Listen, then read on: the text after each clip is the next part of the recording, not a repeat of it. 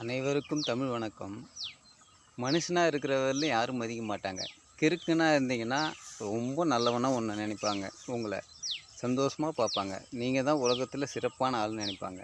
மனுஷனாக இருந்து மனித தன்மையோடையோ மனித சிந்தனையோடையோ நீங்கள் வாழ்ந்தீங்கன்னா உங்களை யாரும் பெருசாக உங்களை அளவிட்டு சந்தோஷமாக வச்சுருக்க மாட்டாங்க.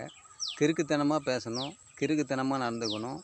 ஒரு ஒழுக்கம் இல்லாத சூழ்நிலை இருந்தீங்கன்னா கண்டிப்பாக உங்களை இந்த உலகம் பெரிய அளவில் உங்களை போற்றி புகழும், உங்களை நல்ல இடத்துக்கு கொண்டு போகும்.